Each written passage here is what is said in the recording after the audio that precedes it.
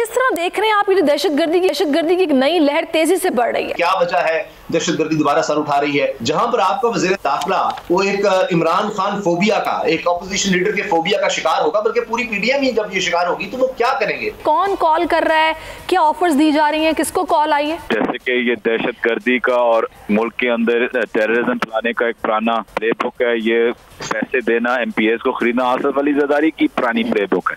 इसके अलावा और उसको कुछ आता नहीं है। क्योंकि इससे पहले जब इनसे बातचीत हो रही थी अफगानियों से तो काफी तनकीद का गवर्नमेंट को निशाना तब बनाया गया था कि भाई आप बातचीत कर रहे हैं। हुकूमत को, सूबाई हुकूमत से जो भी इख्तलाफात है ख़त्म करके उनके साथ बैठें, मुज़ाकरात करें, नेशनल सिक्योरिटी कॉन्फ्रेंस में वहाँ पर डिसाइड करें कि आपने क्या करना है, पूरी कौम को मुत्तहिद करें। डार साहब जब आए थे उन्होंने कहा था जी डॉलर जो है वो 200 से कम होना चाहिए और वो करके भी दिखाएंगे, लेकिन डॉलर भी उनके कंट्रोल से बाहर है, महंगाई बढ़ती जा रही है। पाकिस्तान की सियासत का सबसे बड़ा गलत चीज़ है पाकिस्तान की इकॉनमी के लिए, उसको ये जाहिर करता है। सब्सक्राइब करें और बेल दबाएं ताकि कोई खबर रह न जाए।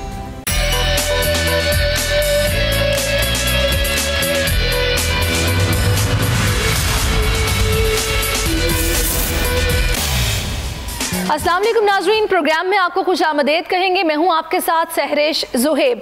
नाज़रीन, मौजूदा हुकूमत के क़याम के बाद से अब तक अगर पाकिस्तान की सियासी और मुआशी सूरत हाल का निचोड़ निकाला जाए तो ये बात बिल्कुल वाज़ेह हो चुकी है कि पाकिस्तान शदीद सियासी और मुआशी बहरानों के बाद अब दहशत गर्दों के निशाने पर भी आ चुका है।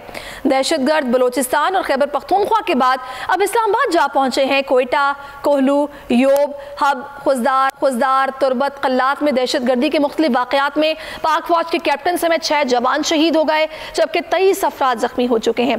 बलोचिस्तान में एक रोज़ के दौरान मुख्तलिफ दहशत गर्दी के अफसोसनाक वाक़यात को देखकर ऐसा महसूस हो रहा है कि दहशत गर्द दोबारा मुनज़्ज़म होकर मुल्क का अमन व अमान बर्बाद करने वापस आ गए हैं। पूरी कौम इस वक्त शदीद कर्ब में मुब्तला है, जबकि हमारे हुक्मरानों की सारी तवज्जो इमरान खान को सियासत से माइनस करने, पंजाब का इक़्तिदार हासिल करने और अपने करप्शन केसेस को ख़त्म करने तक महदूद है।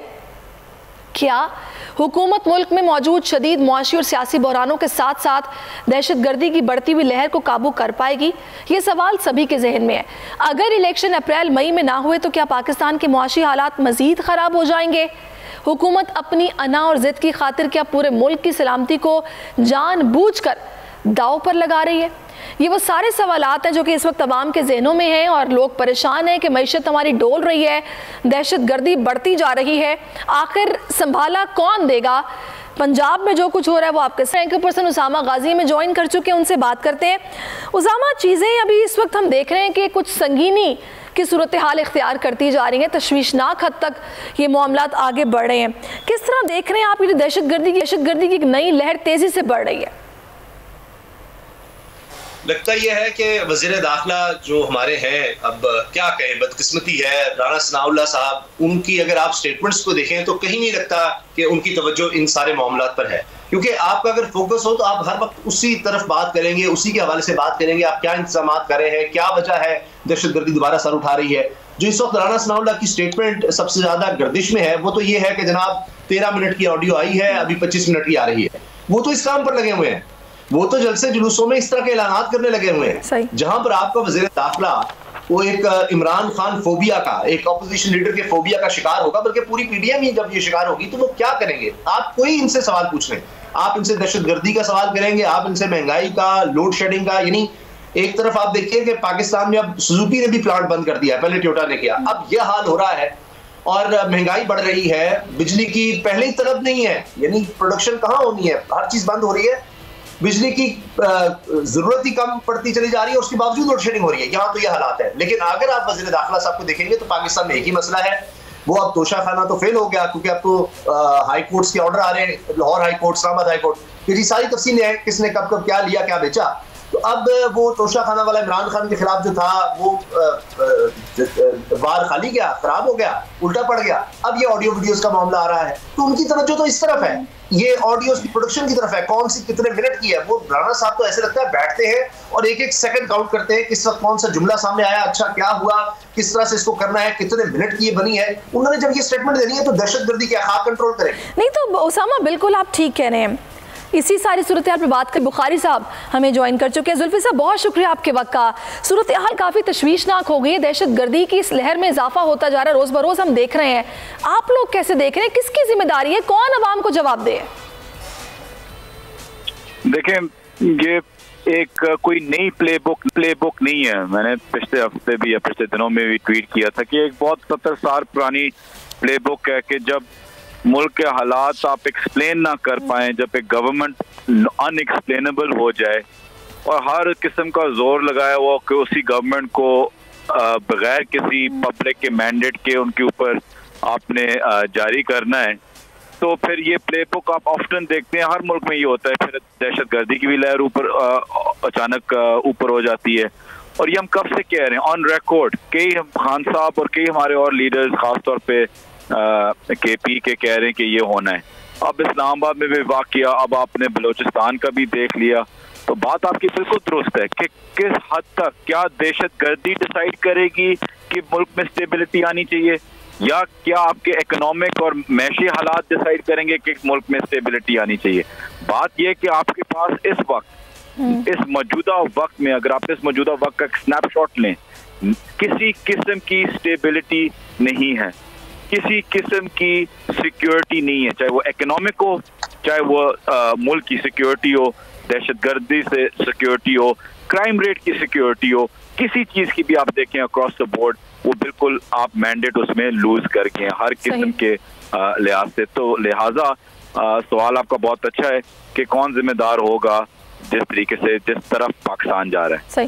तो जुल्फी साहब, अभी सियासी इस्तेहकाम की अशद ज़रूरत है, तो ऐसे में इलेक्शन का होना बहुत ज़रूरी है, चीज़ों का बिल्कुल अब किसी करवट बैठना बहुत ज़रूरी है इस ऊँट का। तो आप मुझे बताइएगा, पंजाब में आप लोगों की तैयारी कैसी है और कब आप लोग अपना ये एतमाद का वोट ले रहे हैं 11 तारीख से पहले? मुझे एग्जैक्ट पता नहीं है कि कब होगा, लेकिन इंशाल्लाह कई हमारे एमपीएस बाहर थे, जो ही वो वापस आ जाएं, और हमें पता है कि इंशाल्लाह जब वापस आ जाएंगे हमें उन पे फिर से पूरी उम्मीद है कि वो हक का फैसला करेंगे। सो आई थिंक 11 तारीख से जब भी होगा, आई थिंक 8, 9, 10 तक इंशाल्लाह आप देखेंगे, और जो ही वो एक दफ़ा हो जाए तो फिर हम असेंबली डिसॉल्व कर देंगे। तो अब ये मुझे बताएगा, ऑफर्स की जो गूंज हम सुन रहे हैं कि बड़े पैसों के खजाने खोले जा रहे हैं, ऑफर्स की जा रही हैं, आपको कुछ खबर मिली है? कौन कॉल कर रहा है, क्या ऑफर्स दी जा रही हैं, किसको कॉल आई है? बिल्कुल, देखें, ये तो एक जैसे कि ये दहशतगर्दी का और मुल्क के अंदर टेररिज्म फैलाने का एक पुराना प्लेबुक है। ये पैसे देना, एमपीएस को खरीदना आसिफ अली जरदारी की पुरानी प्लेबुक है। इसके अलावा और उसको कुछ आता नहीं है, लेकिन उसने पिछली दफा भी कोशिश की थी और उसने शिकस्त पाई थी। इस दफा वो क्या समझता है कि जो पिछली दफा नहीं गया वो क्या इस दफा जाएगा, जब इलेक्शंस और भी करीब आ गए हो, let's say elections on time भी हो, जाके अगस्त में हो, नवंबर में हो, जिसने 8 महीने पहले ना लिए हुए हो वो क्या अभी लेगा पैसे इस चीज पे? और हर लोगों को मजबूर, खास तौर पे खवातीन को अप्रोच किया जाता है कि वो मजबूर हो जाएंगे, लेकिन अनफॉर्चुनेटली उनको कोई सक्सेस नहीं मिल रही है इसमें। सही।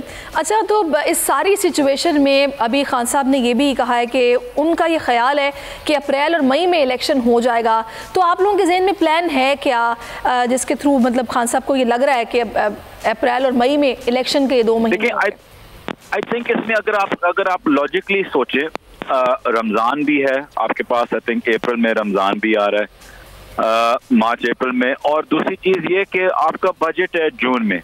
अब जो ये मौजूदा पीटीएम की गवर्नमेंट है, क्या वो बजट देना चाहेंगे इस हालात में, इस मैशी हालात में? अगला बजट बड़ा मुश्किल होगा। क्या वो मुल्क का बेड़ा गर्क करके इंटरिम गवर्नमेंट के ऊपर बजट अपना फेंक देंगे, अगला बजट फेंक देंगे?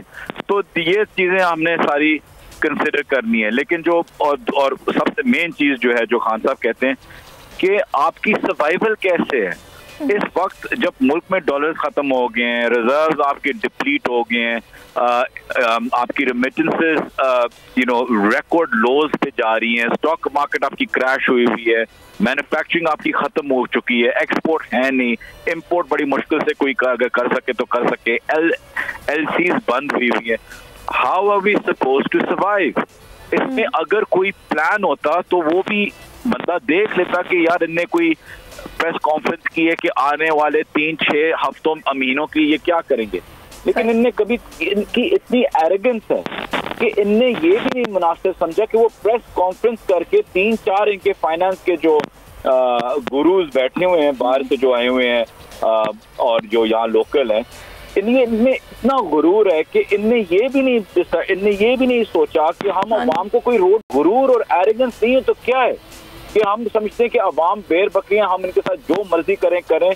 हम इनको ये भी नहीं बताएंगे कि ये मुश्किल वक्त है और अगले 3-4 या 6 महीनों के लिए ये हम चीजें करेंगे कि आपकी जिंदगी आसान हो सके। नहीं, इस वक्त तो फोकस ही किसी और तरफ है ना, वो फोकस ही उस तरफ दिखाई नहीं दे रहा, सभी को नजर भी आ रहा है। जुल्फी साहब, आखिरी सवाल है मेरा, मैं विफाक में आप लोगों के रेजिग्नेशंस के हवाले से जानना चाह रही हूँ, क्योंकि राजा परवेज अशरफ अभी मोहतरमा की बरसी के लिए लाड़काना में होंगे, 28 को वो ऑस्ट्रेलिया जा रहे हैं, तो ये मामला तो कुछ लटकता दिखाई दे रहा है। बिल्कुल ये डिले होता जा रहा है। इनको कोई, देखें, ये एक दिन की मार थी। स्पीकर साहब एक ही दफा उनको अंदर बुला के सबके इस्तीफे ले लें, ये बार बार 10-10, 15-15 करने के चक्कर में थे, लेकिन अब ये डिलेइंग टैक्टिक्स कर रहे हैं, कहेंगे मैं मुल्क से बाहर हूँ, मैं इधर हूँ, मैं उधर हूँ, क्योंकि उनको हमारे इस्तीफे लेने नहीं, हम तैयार हैं, हम कब से हैं, और 2 हमने दिए हुए हैं, और 2 सारे MNAs हमारे ने दिए हुए हैं, और वो एक्सेप्टेड भी है उस वक्त के स्पीकर के। फिर भी इनकी जिद में आके हमने बोला कि जल्द से जल्द ये करें, और अब ये डिलेइंग टैक्टिक्स इस्तेमाल करते रहेंगे, इसमें कोई शक नहीं है। लेकिन ये सारी चीजें अवाम और पाकिस्तान के अवाम के सामने हैं कि ये क्या कर रहे हैं, तो हमें सरप्राइज नहीं होना चाहिए, हमें बस ये होना चाहिए कि ये हर चीज कोशिश करेंगे अपनी सीट के ऊपर बैठने की और पाकिस्तान की तबाही करने की, हर कोशिश करेंगे। बिल्कुल आप ठीक कह रहे हैं, बहुत शुक्रिया आपका, आपने अपना कीमती वक्त में। सरप्राइज इस बात पर है कि मईशत की नैया हमें डोलती दिखाई दे रही है, और मुल्क में हम देख रहे हैं कि दहशतगर्दी की एक लहर है जो कि तेजी के साथ बढ़ती जा रही है, संगीन सूरत हाल है, तशवीशनाक है। इसी पर बात करते हैं, जो अफगानिस्तान में हम देख रहे हैं कि वहाँ की सरजमीन को इस्तेमाल करने की बातें हो रही हैं। बलोचिस्तान में दरअंदाजी की जा रही है, बारूदी सुरंग का धमाका हुआ, कैप्टन समेत 5 फौजी जवान इसमें शहीद हो गए हैं, कुछ जख्मी भी हुए हैं। तो ये जो लहर है अचानक से, इसकी वजह क्या है? ब्रिगेडियर हारिस नवाज साहब हमें ज्वाइन कर चुके हैं। ब्रिगेडियर साहब, बहुत शुक्रिया आपके वक्त का। ये जो अचानक से दहशतगर्दी में इजाफा हुआ है, इसकी वजह आप क्या समझ रहे हैं? देखें, इसमें सहरिश 3-4 चीज़ें बहुत इंपॉर्टेंट हमें समझने की हैं कि नंबर 1 बात है कि ज़ाहिर हमने उनसे मुज़ाकरात ख़त्म किए हैं, तब वो प्रेशर टैक्टिक्स कर रहे हैं कि जी वो प्रेशर डालना चाह रहे हैं, बट ये रियलाइज़ नहीं कर रहे हैं कि हमारी मुसल्लह फ़ौज जो है बहुत बैटल हार्डेंड हैं और दे आर फुली ट्रेंड, नए सिपा सलार हैं, और ज़ाहिर है कि वो इस वक्त बहुत सख्त एक्शन के लिए फ़ौज तैयारी कर रही है, और इनको ज़ाहिर है कि इनका कलाकुमा भी किया जाएगा। लेकिन साथ ही साथ अफगानिस्तान में क्योंकि अफगान गवर्नमेंट की रिट कायम नहीं है प्रॉपर तरीके से, ना उनके फाइनेंशियल रिसोर्सेज हैं, ना उनके पास एथनिक पॉलिटिकल गवर्नमेंट है इंक्लूसिव, जिसमें वो एथनिक बैलेंस रिप्रेजेंटेशन भी नहीं है, जिसकी वजह से वहाँ पर जब आपकी रिट कायम नहीं होगी तो फिर दहशतगर्द तंजीमें जैसे अलकायदा है, ISS खुरासान ग्रुप है, फिर TTP है, फिर एक इस्लामिक मूवमेंट तुर्किस्तान की है, साथ ही साथ अमेरिकन जाते भी इतने वेपन एमुनिशन में छोड़ गए हैं कि जिसकी वजह से ये प्रॉब्लम हो रही है। लेकिन अब पाकिस्तान गवर्नमेंट ने अफगान जो लोग हुकूमत से मुज़ाकरात भी कर रहे हैं, प्लस इनके साथ बड़ा सख्त ऑपरेशन शुरू कर दिया है, और वो बहुत ज़रूरी था करना, क्योंकि अब इनको सबक सिखाया जाएगा कि किस तरीके से आप गवर्नमेंट की रिट को चैलेंज करते हैं, फिर आपको किया जाए। क्योंकि इन्होंने जो 6 महीने मुज़ाकरात हुए हैं उसमें इन्होंने अपने आप को रीऑर्गनाइज भी कर लिया, फिर अपने आप को वेपन एमुनिशन में लिए, TTP की भी सपोर्ट है, फिर वहाँ पर पुराने जो CIA के और TTP कॉन्टैक्ट हैं उसको भी इस्टेब्लिश कर रहे हैं, फिर अफगान महाजरीन में इनके कुछ लोग बैठे हैं वो भी कर रहे हैं, तो ये प्रेशराइज कर रहे हैं। बट ये इनको पता होना चाहिए कि हुकूमत के रेट को कोई चैलेंज नहीं कर सकता। हमने पहले भी दहशतगर्दी ख़त्म की थी और अब फिर ख़त्म करेंगे, और आप देखेंगे 1-2 महीने में किस तरीके से इनका सफाया होता है। यहाँ तक मैंने तो कहा है कि जी आप इनके खिलाफ अपनी सिविल एविएशन के हेलीकॉप्टर से सर्जिकल स्ट्राइक भी करें, चाहे अफगानिस्तान के छुपते हैं वहाँ इन पर फायर करें, ताकि इनको कहीं भी सेटल होने का मौका नहीं। सही, अच्छा ठीक है, आपने बड़ी अच्छी सजेशन दी है। मैं उसामा आपकी तरफ आऊँगी, मुझे ये बताएगा कि आज नेशनल सिक्योरिटी का इजलास भी तलब किया है वज़ीर आज़म साहब ने, जिसमें इन सारे मामलात को बगौर जायज़ा लिया जाएगा, देखा जाएगा। Is it enough? अब तो देखिए, ये एक तो एक अच्छा कदम है, जाहिर है कि यहाँ से आगाज होना चाहिए। अब इसका मतलब है कि कहीं ना कहीं उनको एहसास तो चले हुआ है कि इस तरफ तवज्जो होनी चाहिए। अब देखना ये कि उसके बाद प्लान क्या बनता है। देखिए, इससे पहले भी एक एक्शन प्लान बना था, कितना उस पर अमल और खास तौर पर जब ये हुकूमत आई, ये जो पिछले 8-10 महीने हैं ये बहुत अहम थे। यानी किस तरह से दहशतगर्दों को रीग्रुप होने का क्या वक्त मिल गया, कहीं तवज्जो कम हो गई थी, कहीं इस हुकूमत के आने के बाद तवज्जो कहाँ रही, हमें नहीं नजर आता कि कभी भी इन्होंने इस तरफ तवज्जो दी। देखिए हमारी फौज ने पहले भी बड़ी कुर्बानियां दी, अब भी देखिए शहादतें हो रही हैं और 80,000 जाने गई हैं। उसके बाद तो ये था कि मुसलसल इस पर तवज्जो रखनी थी, डेवलपमेंट के काम करने थे। ये एक बहुत अहम चीज है। दुनिया भर में आप देख लीजिए, पाकिस्तान खास तौर पर आप स्टडी करके देख लें, डेवलपमेंट बहुत ज्यादा जरूरी है। सिर्फ दहशतगर्दी का ये नहीं आपने फौज से भेजकर और जनाब दहशतगर्दी का मुकाबला कर दिया, उस इलाके में आपने आइंदा दहशतगर्दी को पनपने नहीं देना। ये किसका काम था? अब खैबर पख्तूनख्वा हुकूमत जो है वो रो रही है कि जनाब हमारे तो फंड्स ही रोक लिए गए हैं। जो वादा किया गया था कि जो पहले कबायली इलाके होते थे जहां पर ज़ाहिर है कि ज्यादा गुर्बत और कोई वहां पर एजुकेशन का नहीं है, दीगर मामला नहीं है, तो वहां पर बड़ा आसान था, वहां तो रियासत की रिटी उस तरह नहीं थी। दहशतगर्दी इसलिए वहां पर बहुत ज्यादा पनप रही थी। आप अफगानिस्तान में देख लें, वहां हालात क्या है, इसी वजह से। तो अब डेवलपमेंट के लिए फंड्स ही नहीं दिए गए, तो ये एक बहुत बड़ा मसला है। क्या इसको भी नेशनल सिक्योरिटी कमेटी में डिस्कस किया जाएगा या नहीं किया जाएगा? उस वक्त तवज्जो दी जाएगी नहीं दी जाएगी? और ये जो पिछले 8-10 माह गुजरे हैं, ये सारा जो रिजीम चेंज हुआ, उसके बाद हमें जो नजर आता है प्रैक्टिकली, अगर आप देखें फैक्ट्स है ना, नैब के केसेस खत्म होते हमने देखे हैं, ये फैक्ट है। हमने ओवरसीज का वोट खत्म होते देखा, ये फैक्ट है। अब तक केसेस खत्म होने का सिलसिला जारी है। इमरान खान साहब के खिलाफ, अपोजिशन के खिलाफ तारीख में इतने ज्यादा केसेस होंगे, ये 30 केस तो सिर्फ इमरान खान के खिलाफ है।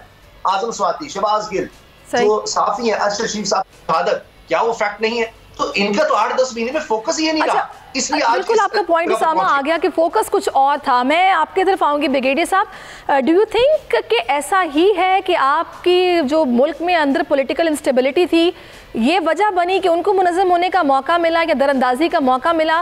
क्योंकि इससे पहले जब इनसे बातचीत हो रही थी अफगानियों से, तो काफ़ी तनकीद का गवर्नमेंट को निशाना तब बनाया गया था कि भाई आप बातचीत कर रहे हैं और उन्होंने मुनज़्ज़म हो जाना है, आप लोगों को तो ऑपरेशन करना चाहिए। आप क्या समझते हैं कि अभी ये जो दरअंदाजी शुरू हुई है, पॉलिटिकल इंस्टेबिलिटी इसकी वजह हो सकती है या फिर बातचीत उनसे होनी चाहिए अब भी?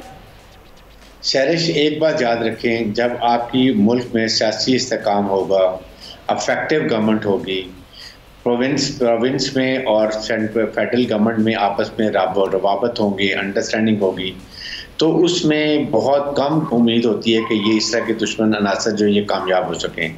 बट जब वो देखेंगे कि सूबाई हुकूमत में और सेंट्रल गवर्नमेंट में आपस में भी बातचीत नहीं है, मिसअंडरस्टैंडिंग है, पॉलिटिकल जो है वो इस वक्त हालात आपके सामने हैं कि इंस्टेबिलिटी है, ऐसी चीज़ों में एक्सट्रीमिस्ट रैलीज हमेशा फ़ायदा उठाते हैं। And this is one of the major factor जो इस वक्त हो रहा है। इसलिए इसके ऊपर हुकूमत को, सूबाई हुकूमत से जो भी इख्तलाफात है ख़त्म करके उनके साथ बैठें, मुज़ाकरात करें, नेशनल सिक्योरिटी कॉन्फ्रेंस में वहाँ पर डिसाइड करें कि आपने क्या करना है, पूरी कौम को मुत्तहिद करें। जब आपकी कौम के अंदर भी अंडरस्टैंडिंग ना हो, वहाँ भी आपस में डिवाइड हो, हुकूमत में भी डिवाइड हो, सूबाई हुकूमत में डिवाइड हो, तो इसमें उस तरह की कामयाबी नहीं होती। देखें, फ़ौजी जो यूनिट्स हैं, हमारी मुसल्लह फ़ौज सिक्योरिटी एजेंसी, वो अपना पूरा काम कर रहे हैं, इस पर कोई डाउट नहीं। और आपके सामने रोज़ाना हमारी शहादतें हो रही हैं।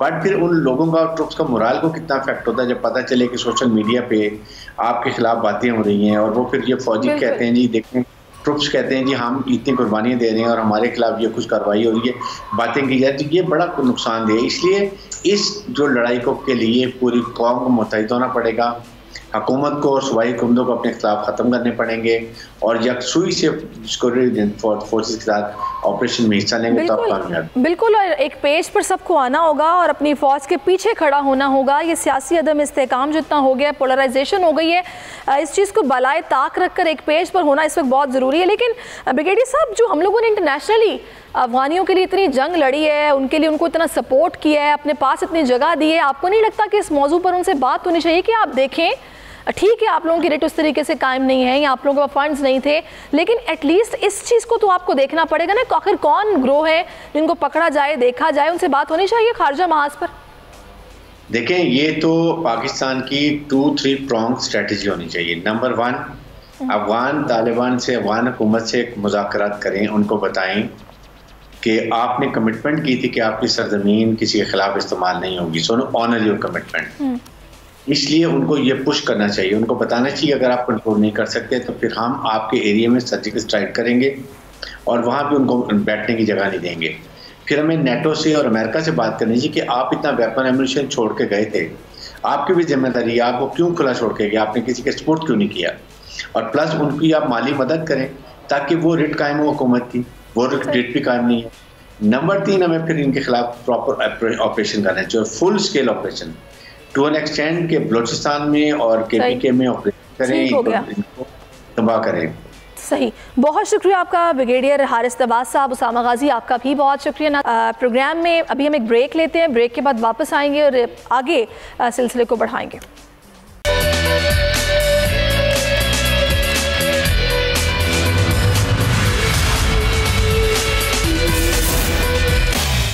वेलकम बैक नाजरीन। अब कुछ बात करते हैं पल्ले नहीं धेला ते कर दी मेला मेला। आप समझ तो गए होंगे मैं हुकूमत की बात कर रही हूँ कि जो सूरत हाल है, ख़जाने खाली हो रहे हैं, रेमिटेंसेस आ नहीं रहे, महंगाई अपने उरूज पर है, लोग यहाँ पर पिस रहे हैं, आटा इतना महंगा, बिजली महंगी, गैस महंगी, और पेट्रोल के भी जो नर्ख होने चाहिए वो नहीं है, हमें महंगा मिल रहा है। आलमी मंडी में जो पेट्रोल की कीमत है उस लिहाज से नहीं है, और ऐसी सूरत हाल में हुकूमत होश के नाखून लेने को तैयार नहीं है। ज़र मुबादला ज़खायर में बदतरीन कमी के बाद भी हुकूमत को हरी हरी सूझ रही है। वजारत मनसूबाबंदी ने ख़जाना लुटाने की मनसूबाबंदी कर ली है। मुजव्वज़ा इंतखाबात में अवामी हिमायत के असूल के लिए वज़ीर आज़म से तरक्याती फ़ंड्स में इजाफे का मुतालबा कर दिया गया है। वजारत मनसूबाबंदी ने वज़ीर आज़म ऑफिस से राबता करके 727 अरब रुपए मालियत के सालाना पब्लिक सेक्टर डेवलपमेंट प्रोग्राम में इजाफे की दरख्वास्त की है, और रवा माली साल के दौरान किए गए 119 अरब रुपए के तरक्याती अखराजात में सियासी नौयत के मनसूबों को ज़्यादा हिस्सा दिया गया है। वजारत मनसूबाबंदी की समरी में दरख्वास्त की गई कि फाइनेंस नवीन को रवा माली साल के दौरान 727 अरब रुपए मालियत के PSDP में कोई कटौती ना करने और इसकी रकम में माकूल इजाफा करने की हिदायत की जाए। तो ये सूरत हाल है। पर बात करते हैं, इस वक्त हमें ज्वाइन कर चुके फॉर्मर फाइनेंस मिनिस्टर है सलमान शाह साहब। सलमान साहब, बहुत शुक्रिया आपके वक्त का। अभी जो सारी सिचुएशन आप देख रहे हैं, डार साहब जब आए थे उन्होंने कहा था जी डॉलर जो है वो 200 से कम होना चाहिए, और वो करके भी दिखाएंगे, लेकिन डॉलर भी उनके कंट्रोल से बाहर है, महंगाई बढ़ती जा रही है, फिर शाह खर्चियाँ भी आपके सामने जिसका जिक्र मैंने अभी किया है। देखिए, बात यह है कि ये जो आपने खबर अभी दी है, ये एग्जैक्टली पाकिस्तान की सियासत का सबसे बड़ा जो गलत चीज़ है पाकिस्तान की इकॉनमी के लिए, उसको ये जाहिर करता है। देखें, इस वक्त आपको अपने हुकूमत के अखराजात कम करने की ज़रूरत है, क्योंकि आपके रेवेन्यू नहीं है, खसारे आपके बहुत बड़े बड़े हैं, और आप अगर ख़र्चा बढ़ाते जाएंगे तो वो खसारे और बड़े हो जाएंगे। वो खसारा बड़ा होगा तो तजारती खसारा बड़ा होगा, करंट अकाउंट डेफिसिट बड़ा होगा, डॉलर्स जो हैं उसकी ज़रूरत ज़्यादा हो जाएगी, फिर उसकी कमी की वजह से डॉलर के एक्सचेंज रेट के ऊपर फ़र्क पड़ेगा, इंटरेस्ट रेट के ऊपर फ़र्क पड़ेगा। तो एक छोटी सी जो पॉलिटिकली एक्सपीडियंट बात है कि जी हम ख़र्चा करना है क्योंकि इलेक्शन आना है, तो हर हल्के में हम जाके कुछ जो हुकूमत की तरफ से लोग होंगे उनकी तरफ से कोई प्रोजेक्ट अनाउंस करें, फिर उसके ऊपर थोड़े बहुत पैसे खर्च करें, और वो प्रोजेक्ट मुकम्मल तो नहीं होगा, लेकिन पाकिस्तान के पैसे डूब जाएंगे, पाकिस्तान के खसारे बड़े हो जाएंगे, और हमारा जो IMF के साथ प्रोग्राम पहले ही वो फाल नहीं है, वो बिल्कुल और खटाई में गिर जाएगा। सो आई थिंक कि ये हुकूमत सीरियस नहीं है पाकिस्तान के इक़्तिसादी मामलात पे, और हमें बहुत ज़रूरी है पाकिस्तान की स्टेबिलिटी के लिए कि IMF के साथ जो हमारा मायदा है उसको हम इन लेटर एंड स्पिरिट करें इम्प्लीमेंट, और उसकी इम्प्लीमेंटेशन का एक बहुत बड़ा फैक्टर है कि हमने अपने अखराजात जो हैं अपनी रेवेन्यू से कम रखने हैं, यानी कि हमने तमाम अखराजात टैक्स रेवेन्यू से पूरे करने हैं, और उसके अलावा वो पैसा कुछ बचा के कर्ज़ों की वापसी के लिए जो सर्विसिंग है, डेट सर्विसिंग, उसके लिए लगानी है। तो यहाँ तो हम खसारा बढ़ा रहे हैं, कर्ज़े बढ़ा रहे हैं, और ऐसे चल रहा है जैसे कि मुल्क की इकॉनमी जो है वो बड़ी ठीक है और ये हर काम कर लेंगे, और उससे कोई अपनी पॉलिटिकल साख को बेहतर कर लेंगे, तो ये बहुत बड़ी गलतफहमी है। तो शाह साहब अभी जो सिचुएशन है, इसमें जो अगला माली साल है, जो आगे ये तकरीबन 6-9 महीने हैं, इनमें जो बैरूनी कर्जा है उसके लिए हमें कितने पैसे चाहिए, और आपकी इस पर सारी गहरी नज़र होगी यकीनन। जो कमिटमेंट्स इस वक्त हमारे पास आ चुकी हैं, आपको क्या लगता है हुकूमत किस तरह मैनेज कर सकती है इस सिचुएशन में? देखिए, ये असल में प्रॉब्लम ये हुआ है कि तकरीबन 8-9 महीने से जब से ये गवर्नमेंट चेंज हुई है और रिजीम चेंज आने के बाद नई गवर्नमेंट आई है, तो ये नई गवर्नमेंट अभी तक अपना इकोनॉमिक स्ट्रेटजी देने में नाकाम हो गई है। पहले मिफ्ता साहब ने 4-5 माह लगाए IMF के साथ बातचीत करने के, फिर उन्होंने तमाम 13-14 पार्टीज़ जो हैं उनको साथ लेने की कोशिश की। नतीजा ये हुआ कि IMF का प्रोग्राम जो है वो भी ना हुआ, और ये जो इत्तेहादी हैं वो भी ना खुश हैं, और इकॉनमी जो है वो भी नहीं चल रही। और जब IMF का प्रोग्राम हुआ तो 1-2 हफ्तों में मिफ्ता साहब को तब्दील कर दिया गया, एक सागदार साहब को ले आए। जैसे आपने शुरू में कहा, वो तो कहते थे मैं 200 से नीचे लेके आऊँगा। वो एक मतलब ये ख्याली पुलाव बनाने में तो कोई प्रॉब्लम नहीं है, और वो तो खासे माहिर हैं इस चीज़ में। उनको समझ ही नहीं आई कि IMF के साथ प्रोग्राम क्यों कर रहे हैं और उसकी पाकिस्तान के लिए क्या अहमियत है। पाकिस्तान का देखें, रिस्क प्रीमियम इस वक्त दुनिया में जो इंटरनेशनल मार्केट्स में इतना ज़्यादा, मैंने उतना हाई कभी अपनी ज़िंदगी में नहीं देखा जितना इस वक्त रिस्क प्रीमियम हमारा ऊपर है। और ये इंडिकेट यही करता है कि दुनिया को बिल्कुल कोई यकीन नहीं है पाकिस्तान की इकोनॉमिक पॉलिसीज़ पे, पाकिस्तान की इकोनॉमिक मैनेजमेंट पे। और वो ये तस्वर किया जा रहा है कि पाकिस्तान में अगर और आपने कोई सरमायाकारी की या पाकिस्तान को और कर्जे दिए तो वो कर्जे भी डूब जाएंगे। सो ये हमारे लिए एक बहुत ख़तरनाक किस्म की इंडिकेटर है। और हमारी मिनिस्टर्स हैं, फाइनेंस मिनिस्टर्स, खा वो मिफ्ता, क्योंकि ये मिफ्ता साहब के वक्त से ये हमारा रिस्क प्रीमियम ऊपर हुआ है ना, तो मिफ्ता साहब भी नाकाम हुए उसको नीचे लाने में। उसके बाद इसहाक डार साहब भी बिल्कुल नाकाम है रिस्क को नीचे लाने में। और आगे चल के लगता है कि इन्होंने इसको तो खैरबाद ही कह दिया रिस्क को, और अब ये खर्चे और करने जा रहे हैं और मुल्क का और दिवालिया करेंगे। तो शाह साहब, आप इस सारी सूरत हाल में जिम्मेदार किसको समझते हैं? एक तरफ हमने देखा कि मिफ्ता साहब ने खुद ये बोला, हालांकि उनकी जमात विफाक में थी, फिर भी उन्होंने बोला कि जी विफाक में होने के बावजूद उनको बातें भी सुननी पड़ी कि भाई डिफ़ॉल्ट का ख़तरा बिल्कुल है। और आप ये बता रहे हैं कि उनके होते हुए ये रिस्क प्रीमियम बढ़ गया था, वो भी नीचे नहीं ला सके, फिर डार साहब आए, वो भी नीचे नहीं ला सके। तो इस बर्बादी का जिम्मेदार आप किसको समझते हैं?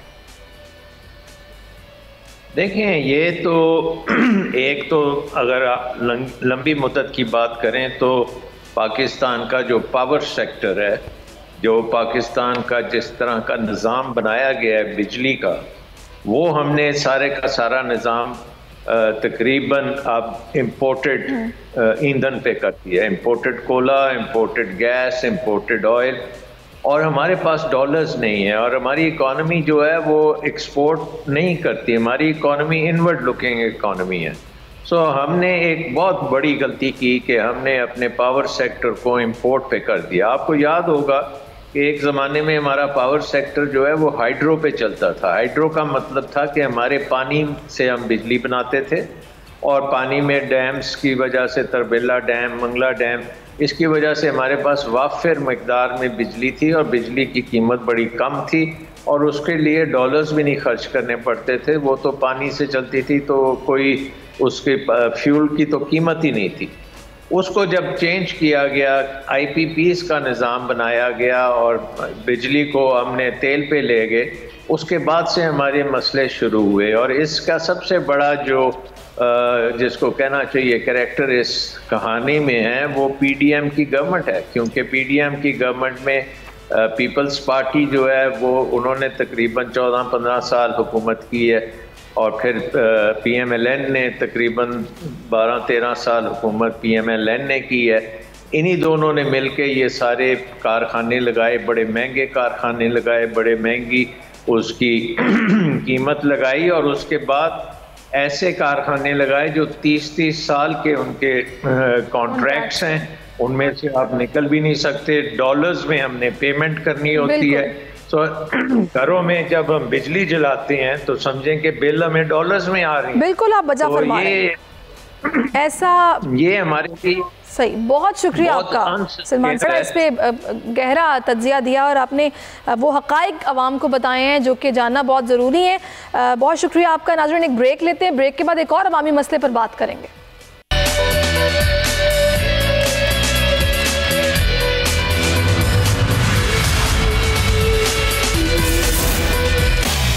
वेलकम बैक नाज़रीन। एक और अवामी मसला जिस पर मैं बात करना चाहूँगी वो है गैस का बहरान, गैस की लोड शेडिंग, जिससे अवाम अजियत का शिकार हैं कि दिन में भी चूल्हे ठंडे पड़े हैं, रात में आधी रात को जब गैस खुल के आती है सोने का टाइम होता है, जाएं तो जाएं कहाँ।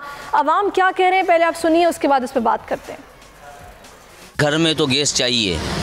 अब गैस का इन्होंने ऐसा कर दिया है कि अब ये सुबह से लेके देते हैं तो रात में देते हैं। रात में अब एक बंदा मजदूर है, वो सारा दिन मजदूरी करता है, वो घर जा रहा है 10-11 बजे।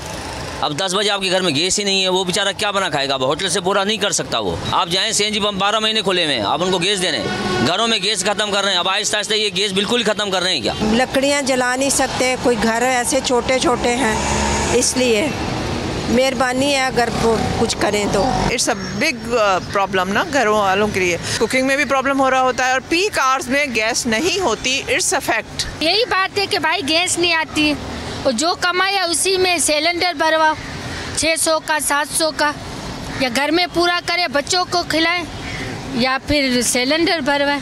यदि कमा करना जाना नहीं भाजी, गैस बिल्कुल नहीं आ रही, बहुत बुरे हाल होए। वो तो लकड़ा लिया लिया के बालियाँ बाल के फिर नाश्ता किया जनाब, बहुत ही तलक उक्का ही नहीं आती पी क्या। ਜਿਹੜੀਆਂ ਸਾਡੇ ਤੋਂ ਪਿਛਲੀਆਂ ਗਲੀਆਂ ਨਾ ਮੀਆਂ ਮੀਰ ਕਲੋਨੀ ਦੀਆਂ, ਉਹਨਾਂ ਦੇ ਵਿਚਾਰਿਆਂ ਦੀ ਬਿਲਕੁਲ ਗੈਸ ਨਹੀਂ ਆ ਰਹੀ। ਉਹ ਤੇ ਵਿਚਾਰੇ ਸਿਲੰਡਰ ਦੇ ਇਸਤੇਮਾਲ ਕਰ ਰਹੇ ਨੇ। ਸਾਡੇ ਵੱਲ ਆਉਂਦੀ ਹੈ ਸਵੇਰ ਨਾਸ਼ਤੇ ਦੇ ਟਾਈਮ, ਤੇ ਉਸ ਤੋਂ ਬਾਅਦ ਫਿਰ ਜਦੋਂ ਰਾਤ ਦਾ ਖਾਣੇ ਦਾ ਟਾਈਮ ਆਉਂਦਾ ਬਿਲकुल नहीं आती। गैस तो बिल्कुल ही नहीं आ रही, सुबह शाम दोपहर हर टाइम पूरी माचिस फूंक देते हैं, गैस नहीं आती। सिलेंडर यूज़ करते हैं, रिक्शा चलाते हैं, नहीं अफोर्ड करते। बस गुजारा कैसे करेंगे, लकड़ी बाल रहे हैं, सिलेंडर नलकार गुजारा कर रहे हैं। जी जनाब, आपने ये शिकवा सुना आवाम का, जो ये कह रहे हैं कि सुबह उठो तो गैस नहीं आती है, रात में घर वापस जाओ तो खाना नहीं बना होता, परेशानी का सामना करना पड़ता है। आप भी अपने इलाके में अगर यही सूरत हाल फेस कर रहे हैं और शदीद परेशानी का शिकार हैं तो बोल आपके साथ है, आपका हम आवाज़ है। आप अपनी वीडियो बनाकर हमारे साथ शेयर कर सकते हैं। हम आपके इस मसले को, जिस भी इलाके में ये मसला ज़्यादा हो रहा है, उसको ये आगे उठाएंगे बोल आवाम की आवाज़ में। आप टेलीविजन स्क्रीन पर अभी नंबर भी देखेंगे, उस नंबर पर आप अपनी वीडियो बनाकर हमें व्हाट्सएप कर सकते हैं ताकि हम आपके इस मसले का कोई हल निकालने के लिए बाब इख्तियार तक आपकी आवाज़ पहुँचाएँ, ताकि वो कुछ इस पर नज़र करम करें और आपके इस मसले का हल निकल सके। इसके साथ ही नाज़रीन, मैं आपसे इजाज़त चाहूँगी। अपना बहुत ख्याल रखिएगा। अल्लाह हाफ़िज़।